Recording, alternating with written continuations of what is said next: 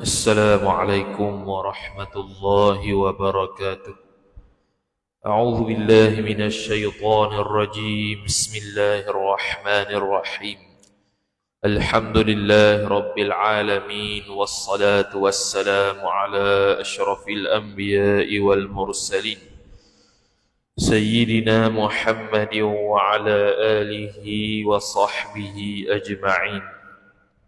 سبحانك لا علم لنا إلا ما علمتنا إنك أنت العليم الحكيم. ولا حول ولا قوة إلا بالله العلي العظيم. رب اشرح لي صدري ويسر لي أمري واحلل عقدة من لساني يفقه قولي وسدد لساني واهد قلبي بحق نبيك محمد صلى الله عليه وسلم. اللهم أغننا بالعلم وزينا بالحلم وأكرمنا بالتقوى وجملنا بالعافية. نوينا التعلم والتعليم والتذكر والتذكير والنفع والانتفاع والإفادة والاستفادة والحث على التمسك بكتاب الله وسنة رسوله صلى الله عليه وسلم، ودعاء إلى الهدى والدلالة على الخير ابتغاء وجه الله، مرضاته وقربه وثوابه سبحانه وتعالى. آمين يا رب العالمين. Kitab Ad-Durrus Thamin, muka surat 44 baris 4 daripada atas. وقال الشيخ المصنف رحمه الله تعالى ونفعنا الله بعلومه وبعلومكم وبعلوم مشايخنا في الدارين آمين يا رب العالمين. Kata pengarang Syekh Daud bin Abdullah Al-Fatani rahimahullah ta'ala, faidatun, ini satu faedah. Kata Syekh Al-Laqani rahimahullah pada matan Jawharatit Tauhid, wa indana asma'uhul azimah kadha sifatu dhatihi qadimah. Jadi sambung perbahasan berkaitan dengan dia berkaitan dengan sifat-sifat yang mustahil selesai dah. Sifat yang wajib pada Allah Ta'ala sudah selesai. Sifat yang mustahil yang mesti kita nafikan juga telah selesai. Kemudian dia masukkan faedah daripada matan Jawharatul Tauhid dan beliau mensyarahkan dia sebagai kesempurnaan dalam perbahasan tentang ketuhanan. Maka sekarang dia nak bahas berkaitan dengan nama-nama Allah Subhanahu wa ta'ala, sifat-sifat Allah Subhanahu wa ta'ala. Adakah dia qadim ataupun lagu mana? Dia pun sebut wa indana asma'uhul azimah kadha sifatu dhatihi qadimah. Dan wajib engkau i'tiqadkan, wajib makna ma yuthabu ala fi'lihi wa yu'aqabu ala tarkih, perkara yang diberi pahala kalau buat dan diberikan janji siksa kalau meninggalkan. Jadi sekarang ni dia kata wajib engkau i'tiqad, makna kalau tidak i'tiqad dosa. Dosa dalam bab i'tiqad boleh pergi kepada kufur, boleh pergi kepada fasiq. Jadi kebanyakan dalam bab akidahnya kalau tidak i'tiqad banyak ke arah kufur lah, kalau benda tersebut qat'i. Tapi kalau benda tersebut tidak qat'i, tidak mutawatir, masih ada khilaf, tetapi khilaf tersebut berlaku di antara ahlu sunnah dan selain ahlu sunnah, maka orang yang tidak beriktikad sedemikian fasik. Ada pula yang berlaku khilaf di kalangan sesama ahli sunnah, hak tu nak iktikad ke tak iktikad ke tak ada masalah, asalkan dia iktikad salah satu daripada pandangan ahlu sunnah wal jamaah. Maka dia kata dan wajib engkau i'tiqadkan segala mukallaf. Jadi mukallaf tu ialah orang yang berakal, orang yang baligh, orang yang sampai Islam pada dia dan sempurna panca indera, pendengaran dan penglihatan atau salah satu daripada kedua. Maka dia pun kata, wajib engkau i'tiqadkan hi sekalian mukallaf mazhab kita ahlul haqqi. Jadi ahlus sunnah wal jamaah selain daripada ahlus sunnah dipanggil juga namanya ahlul haqq. Iaitu ahli kebenaran.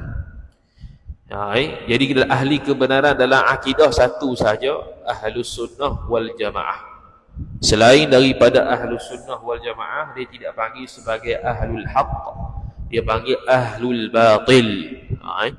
Selain daripada ahlus sunnah wal jamaah, dia panggil ahlul batil, orang yang batil lah, orang yang sesat. Sesat tu pula macam tadi kita sebut terbahagi kepada dua, sama ada fasid ataupun kafir. Biasanya yang diakta sesat dan sebagainya tu i'tiqad ataupun keyakinan sehingga diaktakan sesat. Itu antaranya lah. Kemudian kata musannif rahimahullah subhanahu wa ta'ala, jadi madhab kita ahlul haq, iaitu ahlus sunnah wal jamaah, dia kata wajib i'tiqad gini: segala nama Allah yang maha besar lagi maha suci, maka dikehendaki, maknanya madhab ahlus sunnah wal jamaah kita wajib i'tiqad ada bagi Allah subhanahu wa ta'ala nama. Sebab tu dia panggil antara nama Asmaul Husna, nama-nama Allah Al-Asmaul Husna, nama-nama Allah yang baik. Jadi sabit bagi Allah subhanahu wa ta'ala nama Allah yang maha besar. Maha besar di sini besar dari sudut pangkat, besar dari sudut martabat, bukan besar dari sudut zat macam jisim, bukan. Lagi pula maha suci. Bila sebut maha suci, ada orang tanya, kalau orang tanya maha suci ni, ataupun orang tanya sifat 20 lah, biasanya orang belajar sifat 20. Ngaji sifat 20 ni dua asyik sebut berkenaan dengan tanzih. Allah Ta'ala tidak baharu, Allah Ta'ala tidak binasa, Allah Ta'ala tidak bisu, tidak ni, dia panggil tanzih. Tanzih tu menyucikan Allah daripada perkara yang tak layak bagi Allah subhanahu wa ta'ala. Itu suci. Dalam akidah dia panggil tanzih. Dalam Al-Quran berapa banyak kalimah subhanah. Kalimah subhanah dalam Quran itu untuk menunjukkan maha suci Allah. Apa maksud maha suci Allah? Iaitu ternafi segala perkara-perkara, sifat-sifat yang tidak layak bagi Allah. Bisu tidak layak bagi Allah, tuli tidak layak bagi Allah, buta tidak layak bagi Allah. Jadi segala sifat-sifat yang tak layak bagi Allah, cukup Allah Ta'ala sebut subhanah. Lepas tu sambung lepas tu, subhanalladzi asra bi'abdihi laila. Itu dalam surah Al-Isra. Maha suci Allah, maha suci Allah Ta'ala daripada perkara yang disifatkan oleh orang-orang musyrikin Mekah. Itu kalau kena pada realiti zaman Nabi sallallahu alaihi wasallam lah, yang kata Allah Subhanahu wa ta'ala ada anak, Allah Subhanahu wa ta'ala ada isteri dan sebagainya. Itu subhanah. Allah Ta'ala nafikan dalam Quran, subhanalladzi asra bi'abdihi laila. Jadi subhanah ni dalil yang cukup jelas berkaitan dengan penafian sifat-sifat yang tidak layak bagi Allah. Itulah sabitnya sifat-sifat kita belajar sifat mustahil untuk kenal kata Allah bukan begitu. Itu subhanah. Kemudian dia kata maka dikehendaki dengan nama di sini. Apa maksud nama? Bila kata nama-nama kita muskil juga, nama ni apa?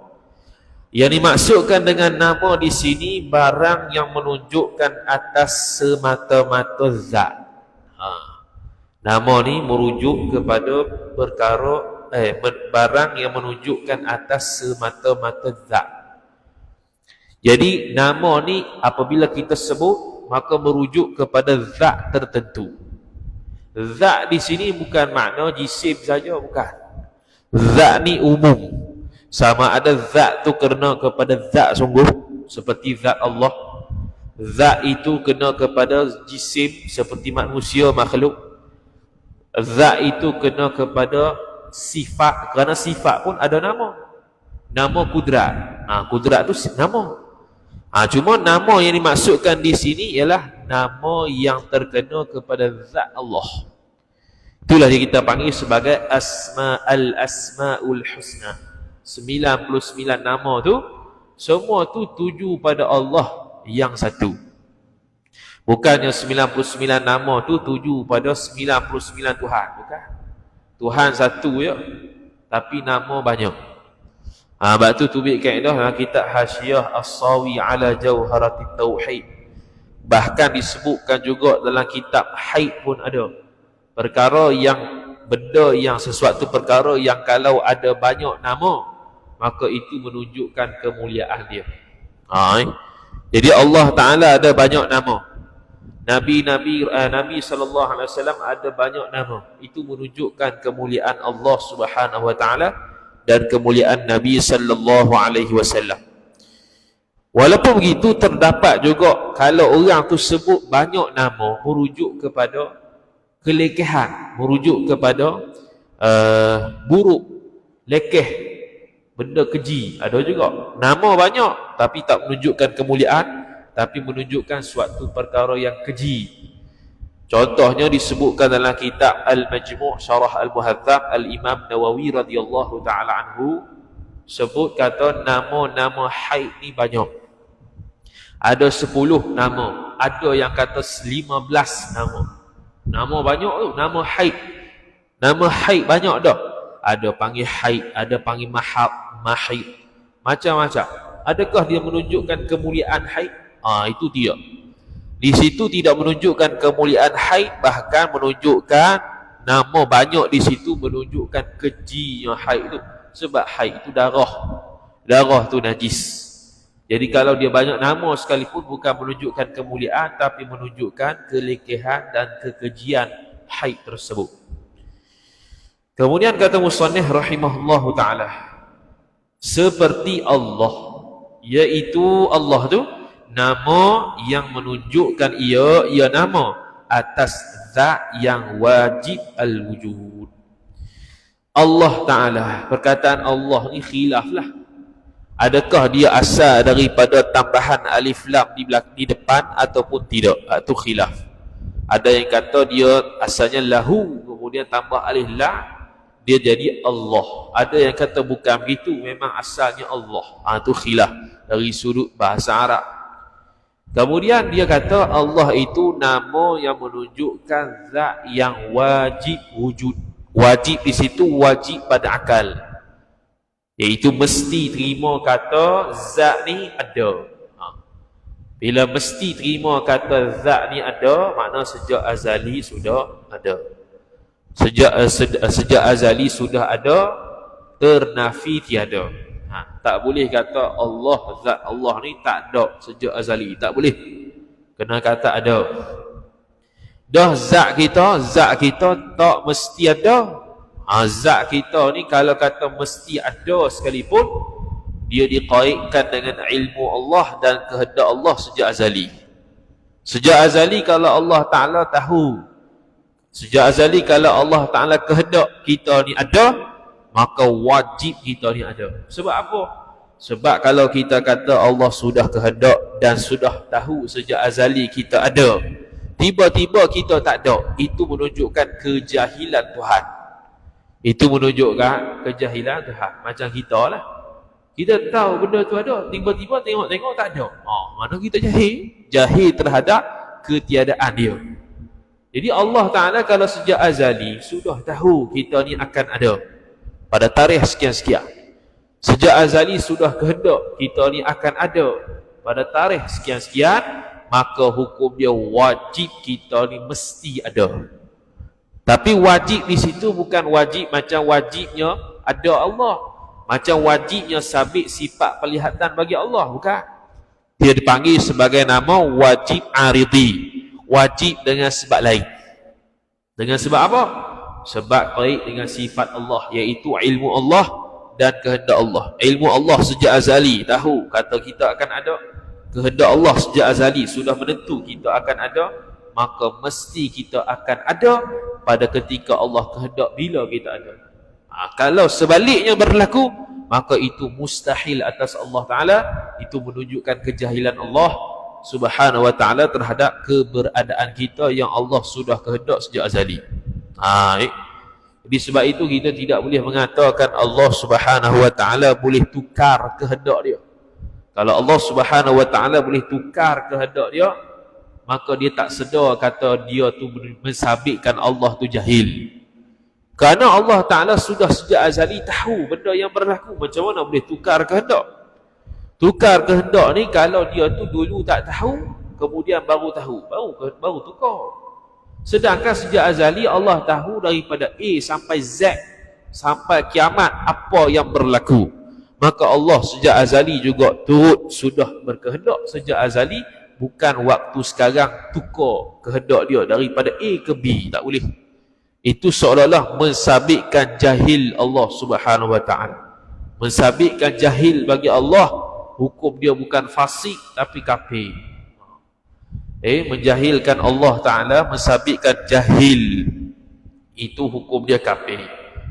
Kalau tidak mensabitkan sifat pengetahuan, tapi kata Allah Ta'ala mengetahui tanpa pengetahuan, itu fasik saja. Itu pandangan Mu'tazilah.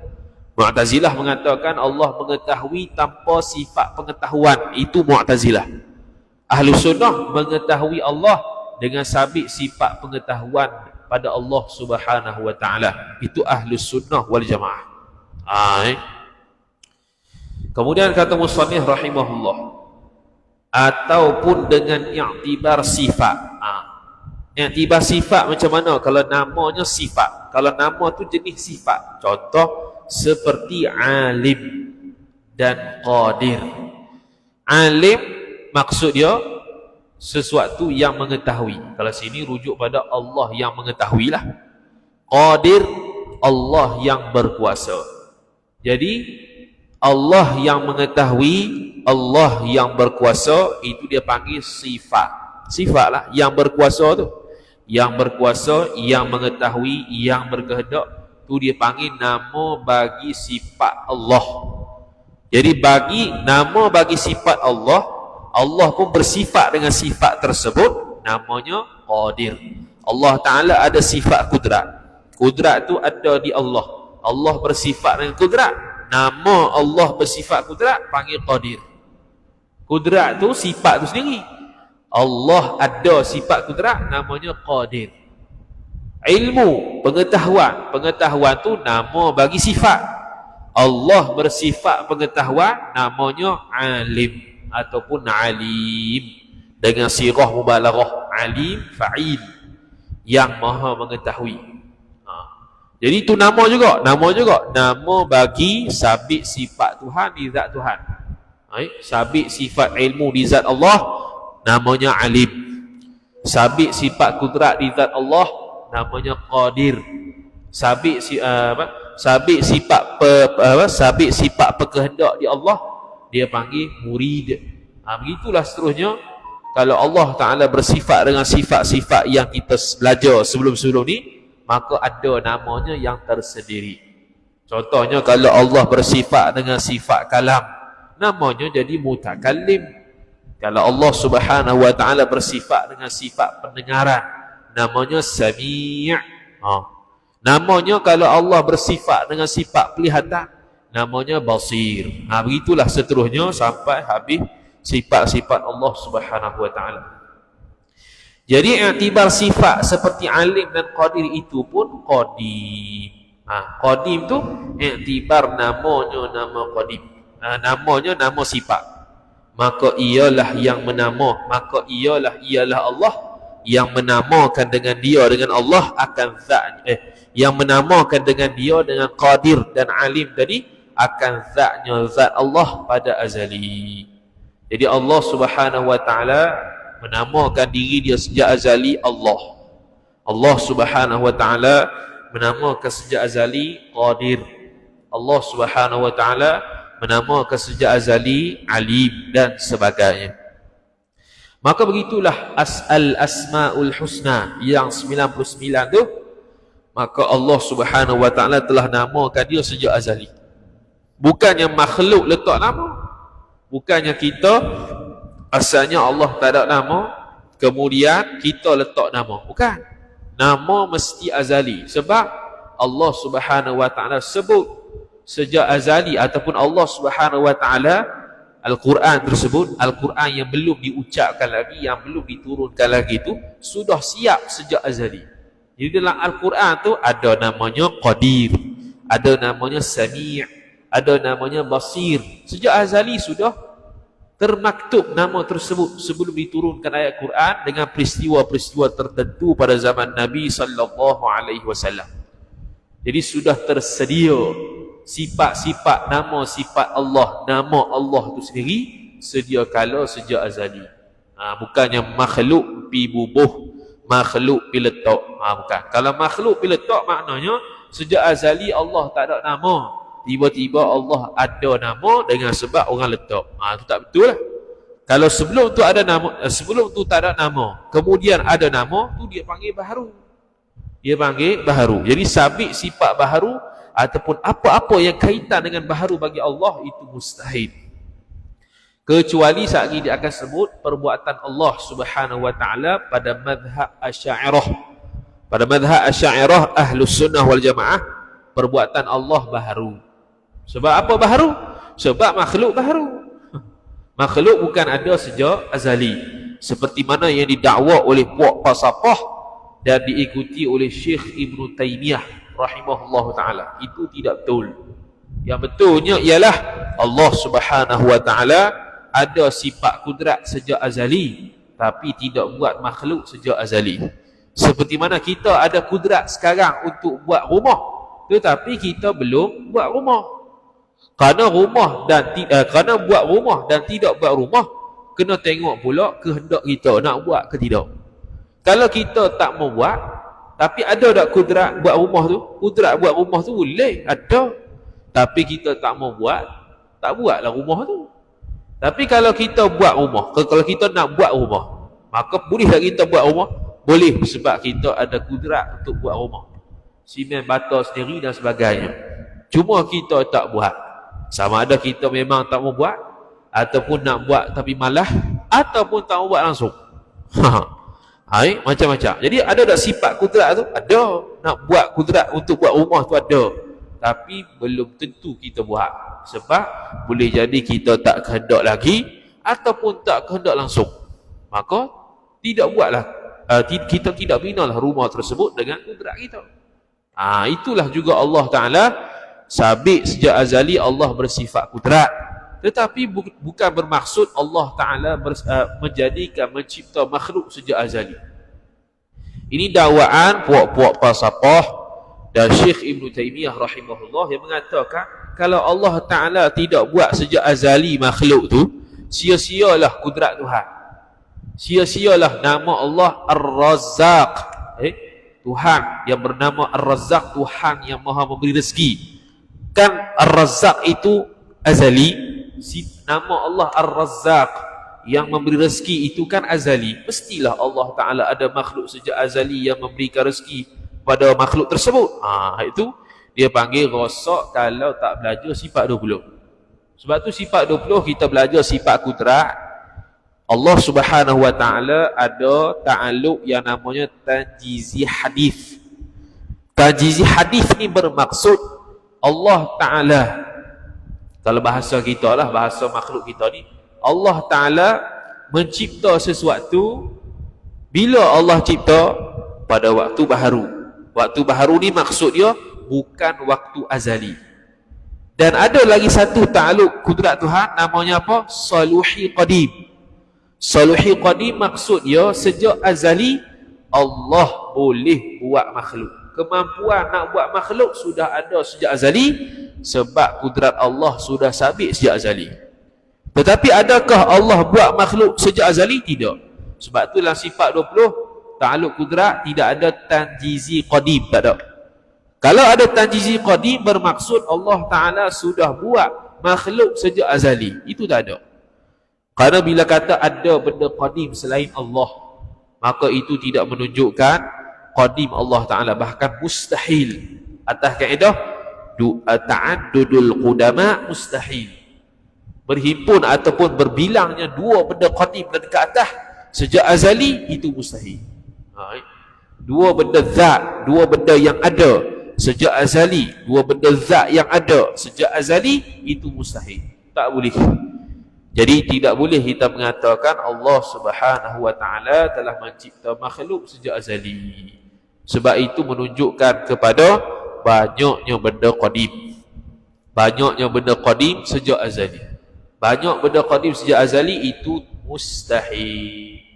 Jadi Allah Subhanahu wa Ta'ala sejak azali ada dengan sifat-sifatnya, tanpa ada makhluk lain ketika itu.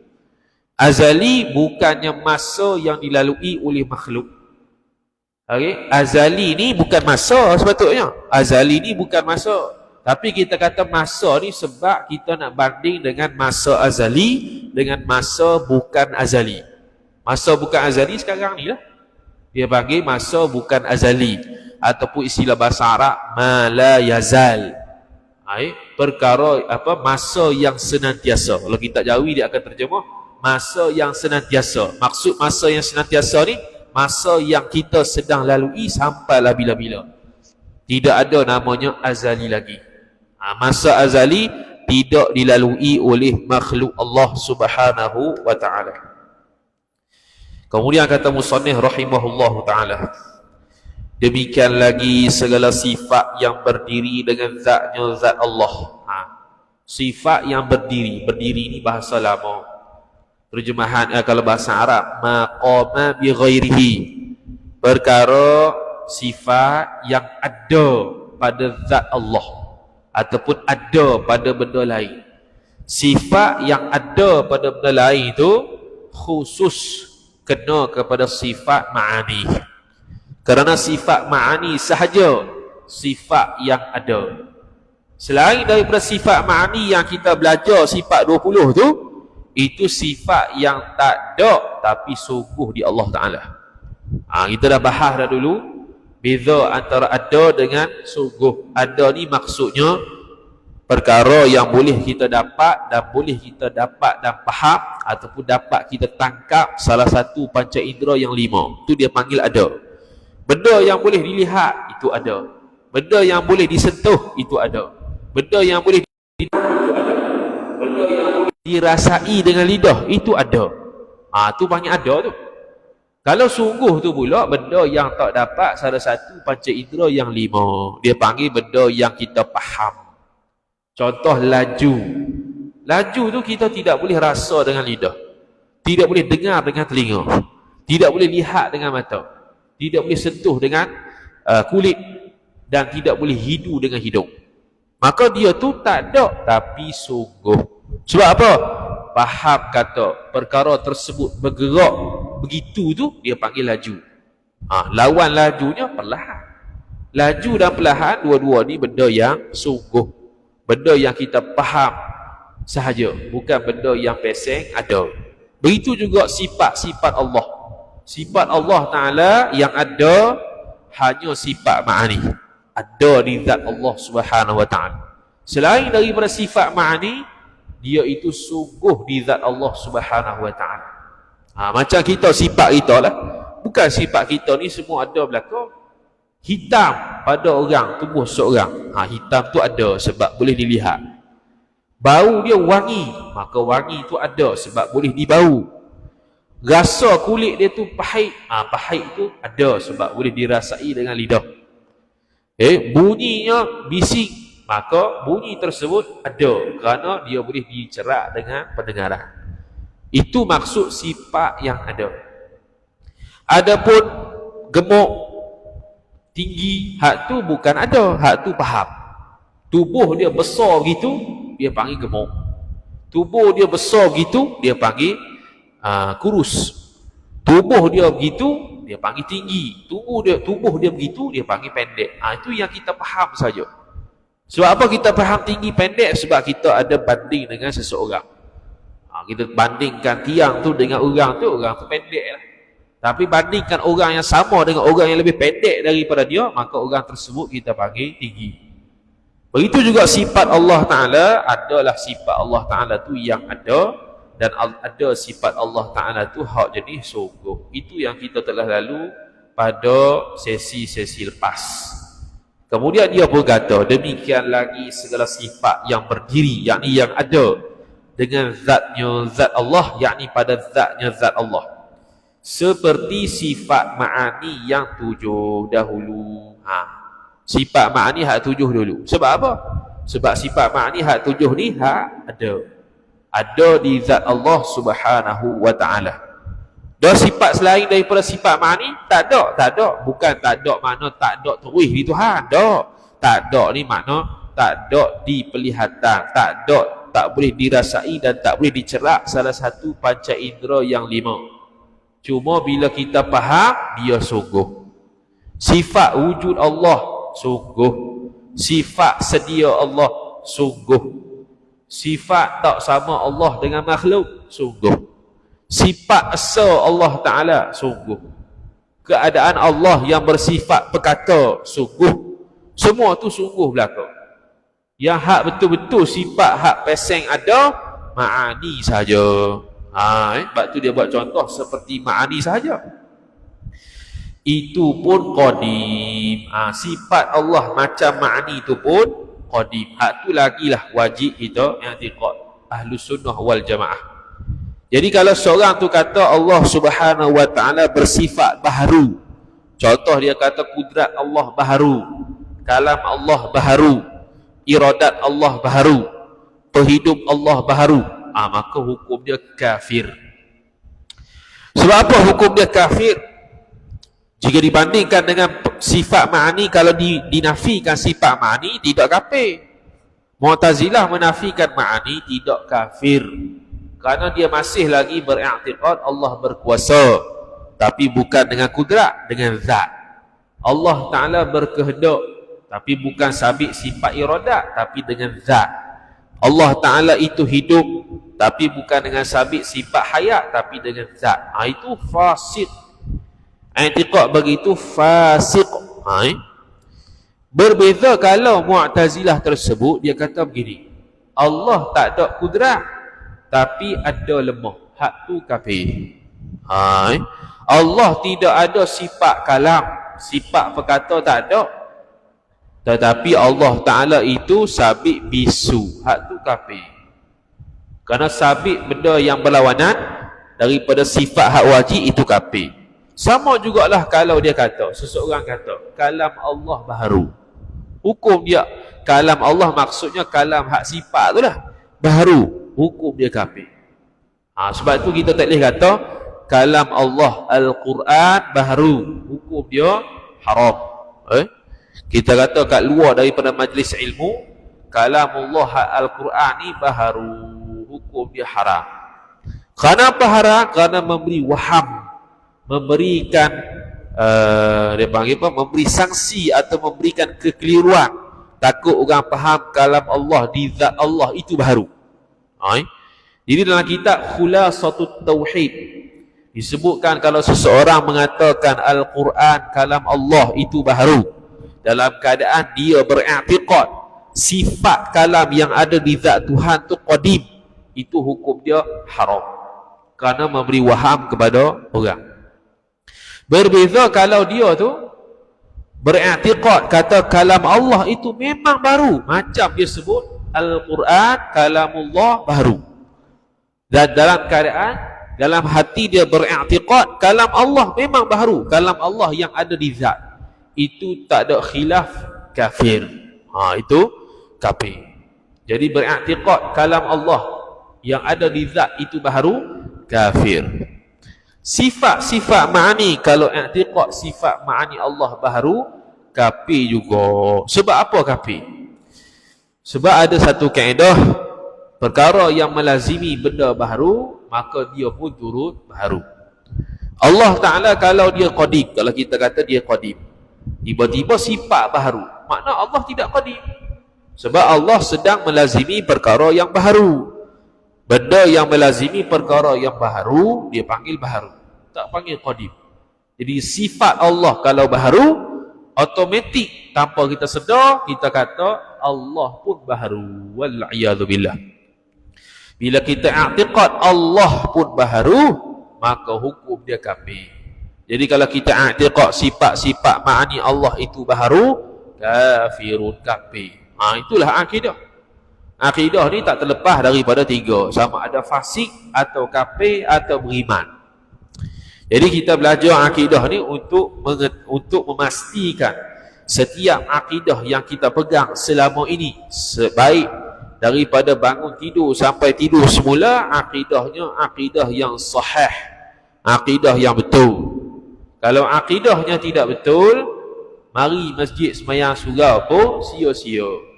Sebab pahala tersebut terhapus dengan dosa i'tiqad.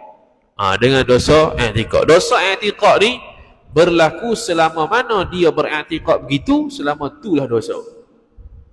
Selama mana dia beriktikad benda tersebut, selama itulah dosa. Sehinggalah dia tukar balik iktikad dan dia bertaubat kepada Allah Subhanahu wa taala, barulah terhapus dosa tersebut dengan izin Allah Subhanahu wa taala. Kemudian kata musannif rahimahullah subhanahu wa taala, maka wajib kita i'tiqadkan. Wajib kita i'tiqad sifat Allah pun qadim. Maka bukanlah daripada hantaran makhluk baginya bagi Allah. Yakni bukanlah nama-nama Allah dan sifat-sifat Allah yang qadim kita kata tadi, bukan hantaran makhluk. Yakni hantaran ni bukan hantaran kahwin tu. Hantaran ni kalau bahasa Arab dia panggil wada'ah. Wada'ah ni benda yang sifat Allah hak qadim ni bukan kita beri, bukan kita namakan Allah itu kudrat, kita namakan sifat Allah tu kudrat, kita namakan Allah Ta'ala qadir, kita namakan Allah Ta'ala basir, kita namakan Allah Ta'ala sami', bukan. Bahkan itu semua sudah sabit sejak azali. Dah kita sebut tu hanya mengulangi apa yang Allah Ta'ala sebut, hanya mengikrarkan, meyakinkan, meyakini dan beriktikad dan mengikrarkan. Mengikrar ni makna mengaku lah. Mengaku kata Allah Ta'ala ada namanya alim, ada namanya basir, maha melihat, maha mendengar, maha mengetahui, maha berkata-kata dan sebagainya. Sebab Allah Ta'ala sebut dah sejak azali. Kemudian kata musannif rahimahullah ta'ala, kerana bahawasanya jikalau tiada qadim, kalaulah nama Allah Ta'ala, sifat-sifat Allah Ta'ala tidak qadim, niscaya baharu. Hak tu ya. Sebab apa bila kita kata kalau Allah Ta'ala namanya tidak qadim, dia pasti baharu? Kerana sesuatu itu tak terlepas daripada dua, sama ada qadim ataupun baharu. Gilah mana-mana pun, zat ke, sifat ke, apa-apa benda tak terlepas daripada dua, sama ada qadim atau baharu, baharu ataupun qadim. Jadi semua yang ada di depan kita ni baharu belaka.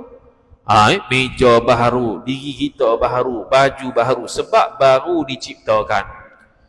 Jadi dia tidak boleh dipanggil sebagai qadim. Adapun zat Allah Subhanahu wa taala mustahil dicipta oleh orang lain. Kalau dicipta oleh orang lain, pasti Allah Ta'ala kita sudah tidak meyakini dia tu Tuhan. Sedangkan Allah Ta'ala sebut Allah tu Tuhan.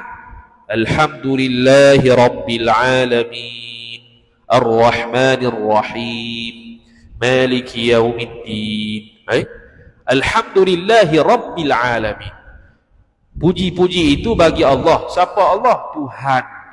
Disebut dah Tuhan. Bila kata Tuhan, maka tugas kita mengaji akidah kena faham apa itu Tuhan. Lepas tu kita kata mengaji tauhid untuk tahu empat benda. Untuk tahu kata kita ni bukan Tuhan. Untuk tahu kata kita ni makhluk, dua. Untuk kita kata Allah itu Tuhan, dan tidak kita kata Allah itu makhluk, empat. Mengaji tauhid sampai tahu empat ni. Kenapa kita dipanggil makhluk bukan Tuhan? Kenapa tidak kita dipanggil Tuhan? Kenapa Allah dipanggil Tuhan?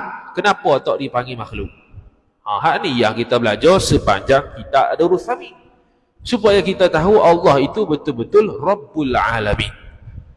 Supaya kita betul-betul tahu kita ni bukan Rabbul Alamin. Kalau kita tidak faham lagi sampai takat ni, kita ni kenapa tak dipanggil Tuhan, kita ni kenapa dipanggil makhluk, kenapa tidak dipanggil Allah itu Tuhan, kenapa tidak dipanggil Allah itu makhluk, kenapa dipanggil Tuhan, maka mari syubhat-syubhat, kekeliruan akidah mudah terpedaya. Apatah lagi datang Dajjal, wal-iyadhu billah, yang mengaku Tuhan esok-esok ni. Kalau kita tak faham benda begini, kita akan mengaku dia tu Rabbul Alamin, dia tu Tuhan sekalian alam. Itu dia panggil fitnah yang cukup besar di atas dunia ketika munculnya Dajjal. Bukan sekadar tahu, oh Dajjal ni begini, Dajjal ni begini, alamat Dajjal keluar gini, bagus juga hak tu. Tapi kena dalam masa yang sama tahu akidah tauhid, Tuhan tu kenapa disebut Tuhan, Allah kenapa disebut Tuhan, Allah kenapa tak dipanggil makhluk, kita kenapa dipanggil makhluk, tak dipanggil Tuhan. Baru kejap akidah kita. Maka marilah siapa-siapa pun kekeliruan syubhat yang datang daripada manusia biasa, daripada dalam Islam sendiri atau luar Islam, atau mari Dajjal, tak mari Dajjal, kita boleh tahu kata dia salah. Itulah tujuan sebenar belajar akidah Ahlus Sunnah wal Jamaah. Walaupun kita bukan ustaz, walaupun kita bukan alim ulama, tapi kita belajar qadar fardu ain, boleh tolak kata hak ni akidah yang betul, hak ni akidah yang salah. Siapa-siapa yang bercakap tentang akidah, kita boleh dapat pastikan akidah yang dia cakap ni betul, akidah yang dia cakap ni salah, walaupun orang cakap tu seorang ustaz kali pun. Sebab kita kadang-kadang kalau orang tu mengajar ustaz, nama dia roncok ustaz, semua betul belakang. Kita tidak ada penapisan yang betul-betul dapat menapis dari sudut i'tiqad mana hak betul mana tidak, kalau tidak belajar akidah. Jadi kalau belajar akidah serba besar mana pun, PhD 400 juta sekalipun, kalau tak betul lah akidah ni. Itu mudah kalau bab akidah ni. Beza kalau bab fiqh, dalam bab ilmu lain bayarlah sikitnya. Sebab itu memerlukan kepada bacaan kitab yang lebih lah dah belajar. Kalau akidah ni dia sama, hak tu lah, dia pusing-pusing situ je. Dia barilah dalil 400 juta dalil pun, kalau salah dari sudut akidah, salah. Hurai tu salah. Kita dapat kenal pasti kata dia tu salah. Sebab kita pun belajar juga. Bukan dia seorang belajar.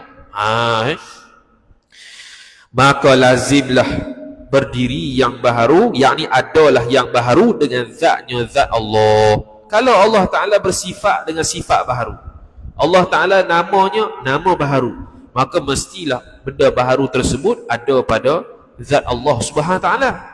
Lepas tu lazim pula jikalau baharu dahulu, lazim pula jikalau baharu dahulu, kalaulah kita kata dulunya baharu, sunyilah pada azalnya.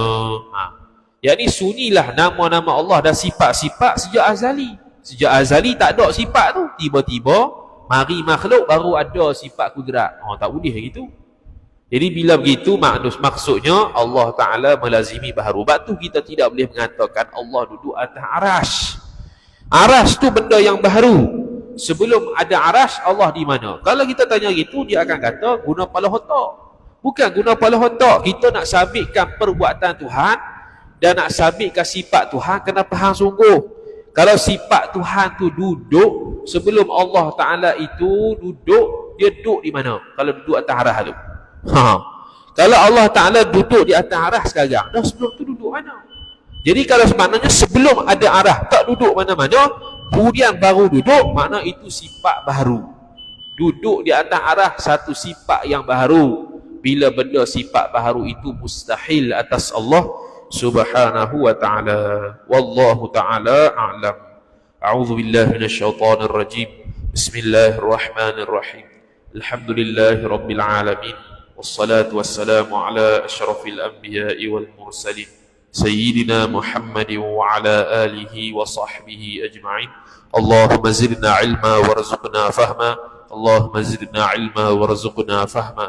اللهم زدنا علما وارزقنا فهما وصلى الله على سيدنا محمد وعلى آله وصحبه وبارك وسلم والحمد لله رب العالمين والسلام عليكم ورحمة الله وبركاته.